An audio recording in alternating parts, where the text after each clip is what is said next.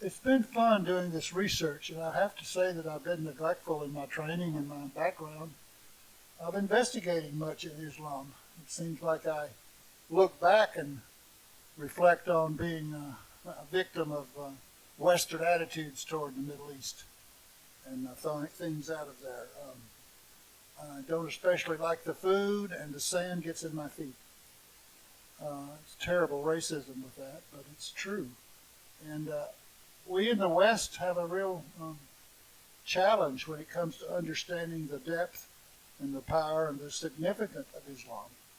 So trying to understand why people believe what they believe, where did those ideas come from, how did they perpetuate, how do they influence the world we live today. It's really interesting that within probably less than 500 miles, maybe 200 miles, circumference around Jerusalem, you'll run into the sources or the locations for the great religions that's called the Abrahamic. Those are the faiths that root themselves in the great-great-great-grandfather Abraham. And Abraham had a wife, Sarah, and she was barren, the story goes. And this is in the early pre-time, sort of. Basically, probably about 1,800 years before Jesus. So we're looking at 4,000 years ago. This fellow named Abraham was something of a nomad, but he had an encounter, and he made a deal with the one God, and he promised that his people would be God's people and vice versa. Well, Sarah didn't have any children, and she was a little embarrassed by this, and she said to Abraham, the story goes, take my slave girl, who's Egyptian, and continue to your line. Now, we have a lot to look over when we look at past history. We have to dissect what the mindset, what the attitudes were, some of the stuff we will not like, the discrimination against women and foreigners and stuff like that will be all over the place. But I am moved by how grand ideas, noble thoughts have moved through all of human history to come down to today. Do what's good for the other, and it'll be good for you. Pretty direct paths to what righteousness looks like. Well, Abraham and Hagar had Ishmael. 14 years later, Sarah would have Isaiah. And those would be the perpetrators of the population. Ishmael would be the ancestor of the Arabs, and Isaac would be the ancestor of the Jews. And we come on down, and we get closer, and we get closer. And we have, of course, Jesus coming along, being something of a reformed rabbi Jew, saying, this is how I see the law. And surprising by the world by how much supposedly this uneducated carpenter's son knew of the Jewish tradition, because he basically articulated in his Sermon on the Mount and some of the other teachings that we give validity to as summing up the law and the prophets of the ancient Jewish faith. So what about Islam? What do we do with it? 21 out of 4 people on this globe are Muslim. 1 out of 4. 25% of the world's population is identified as Islamic. 1 out of 3 are Christian. And Hindus are about 15%. Non-religious are about 15%. Now that runs everything from avowed atheists to what the researchers put as the primitive, whatever those are, the tribal religions. And the Jews make up 14,700,000 against 2.4 billion Christians and 1.9 billion Muslims. Very interesting stuff here. So what do we do with this? Who was Muhammad? Well, Muhammad, we've got a little bit of a biography on him. He was born in 570 Common Era. So he was born in the 6th century after Jesus. About, what was that, 1,400 years ago? Is that my math? And he knocked around the Arabian Peninsula. Mecca and Medina had different names, but they were the primary trade locations. And he was 40 years old, and he attests that Gabriel came to him during one of his meditations in a cave and told him about what he had to be. And the story goes that Gabriel pointed out to him a document to read. And Muhammad said, I'm illiterate, I can't read. So the story goes that Gabriel took Muhammad by the throat, was choking him, and said, you read this. And miraculously, after a little bit more coaching, he did. And his writings over the next 20 years, his dictation to his followers, and he wrote to himself too, I guess he must have learned, he became the Quran, which are the statements, ethical statements, prayers of adoration to God, describing God's characteristics, which are all-knowing, all-powerful, all-purposeful. Submission is the key to Islam. God is God. Muhammad is his messenger. And here are the laws that we're going to apply. You're going to give methodically alms. You're going to recognize a month of abstaining during the daylight hours from about everything. Everything. Now, you party all night, but it sort of upsets your rhythm. And the whole purpose of all of this is to bring about an ongoing recognition of the dependency of humanity toward that which is divine. The master plan, the God of life, the energy flow, whatever you want to call it. Now you think about this. We today very seldom offer grace. Some of us Protestants still sort of flinch a little bit when it's time to eat. We don't make some kind of acknowledgement. But in some cultures, that's done on a faithful basis. And in many cultures, the recognition of our worldview, our attitude, our values are spoken to in religious structure, religious expressions. 5 days a week, you find the direction toward Mecca, and you get on your knees and you say a prayer to that which is other. And you go about a life predicated on justice making and peace creating. Muhammad married his boss. She was 40 and he was 25. They had 6 children. 2 of the boys died. 4 girls survived. He moved in and out of the trade community there after 40. He had been establishing himself. He was an orphan. His dad died before he was born, and his mom died when he was 6. Granddaddy took him on, and great uncle took him on. And Granddaddy was something of a shaker and maker in the Arabian economy, in the trading centers that the oases were. And this was just basically what we see on our TV sometimes. And imagine, there were oases that had water, had vegetation, spotted out through the desert. Their sources of water were from underneath. And those became trade centers. And that area, through there, the camels and the animals made it possible to move to the Far East, back to Italy with its breadbasket of wheat. So all of that region became really a highway of trade and interaction. And when Muhammad got the call to be the messenger of God, he didn't want to do it. Now that's always there. If you're anxious to be a prophet, you ain't a prophet.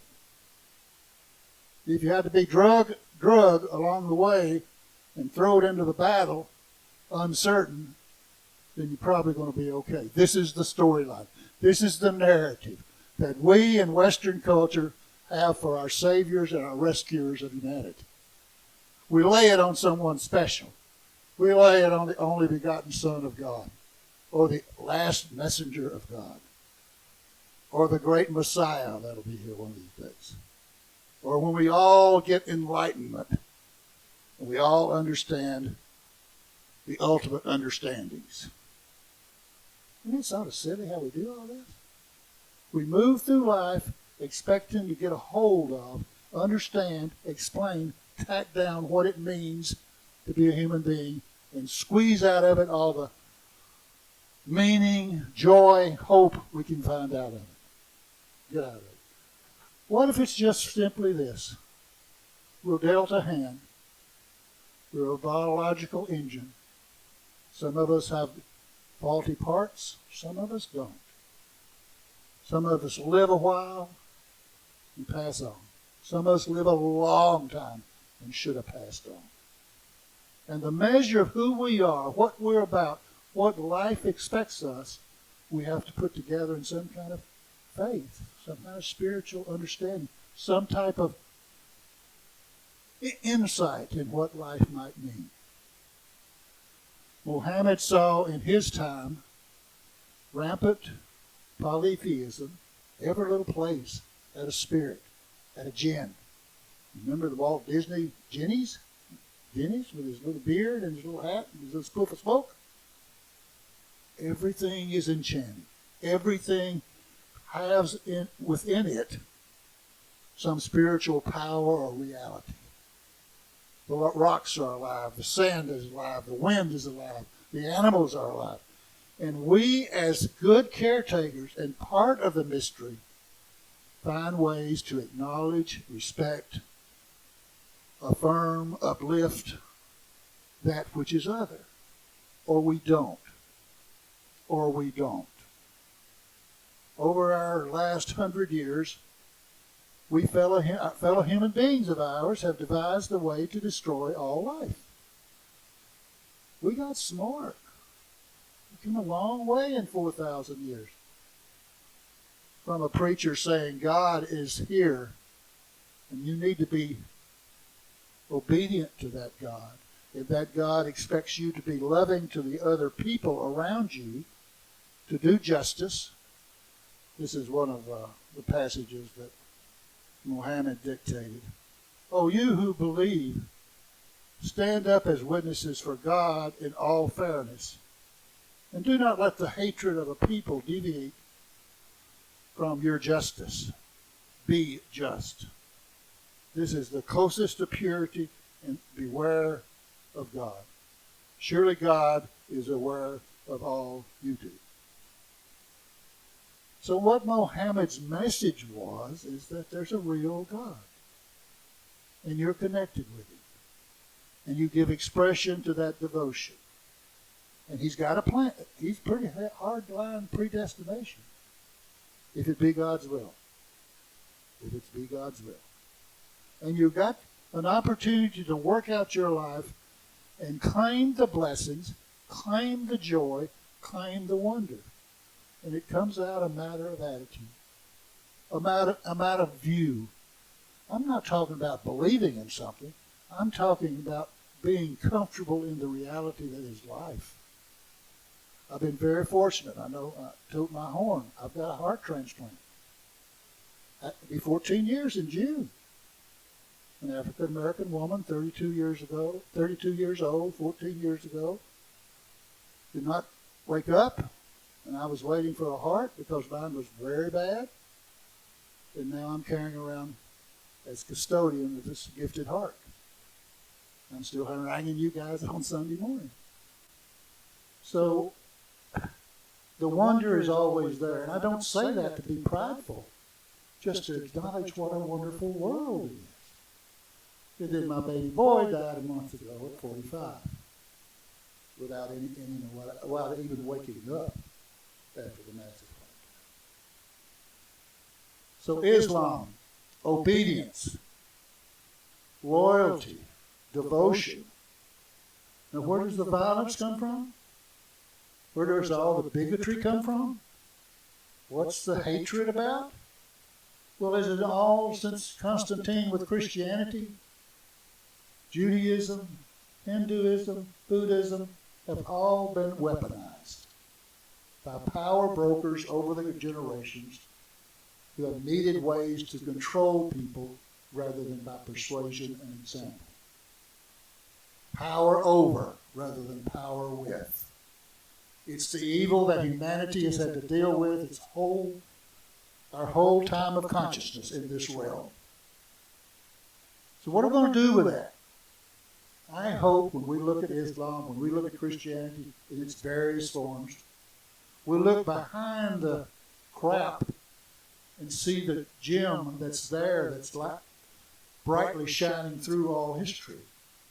That a man was so devout and so concerned about how life had gotten so messed up, the killing of wives when their husbands died. That didn't seem reasonable to him. The injustice to others who were different from you and treating them as objects, not as subjects. Muhammad was a great reformer, and he did not purport to be anything special than just another man. Now, granted, he talked to Gabriel, which is sort of pretty good quality. But maybe I've talked to Gabriel, and maybe you have too. Or maybe Gabriel has talked to us, and we didn't recognize it. So Islam has been mistreated and abused. The West has not been able to deal with it because it became the voice of the colonies against the colonial powers, sitting on all the oil in the world that we need in the West. And we run a game on these guys. Pretty good one. We say, oh, we'll make a few of you the royal family. Make sure you cut the deal with British Petroleum and Shell and Standard. It all becomes a relationship of transactional get and give, rather than you're my brother, you're my sister. How are we going to deal with the harshness of this existence? And how we're going to overcome a crisis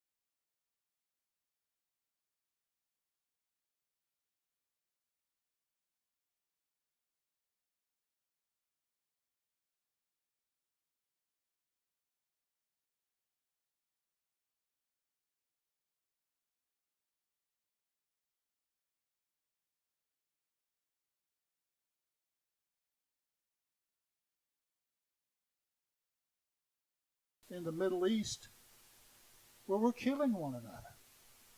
How do we do this? What's our call? What's our response? Denying oxygen to the war makers. No, it's not acceptable. No, it's not acceptable. No, it's not acceptable. And to look at our power brokers to say our economic well-being cannot be based on armament sales.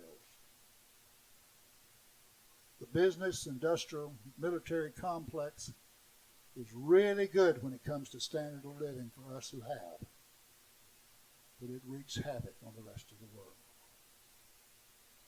We're in a dilemma. What are we going to do about it? We're going to remember that something bigger than us is in charge. And our opportunity is to figure out best ways to deal with that power. Because we can't get over it. through with trying to hold on to one another and what it means to live together in this planet. And color and ideas don't matter. Safety, kindness, encouragement, affirmation is what matters. And you don't bank that. You are that.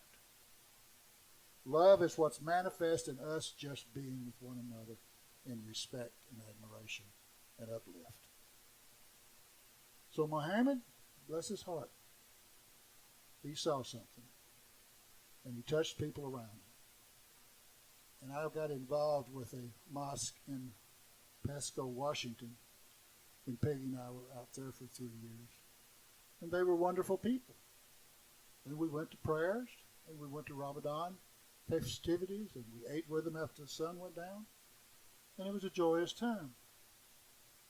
And they're just here in our country, so I don't want to do what we were able to do.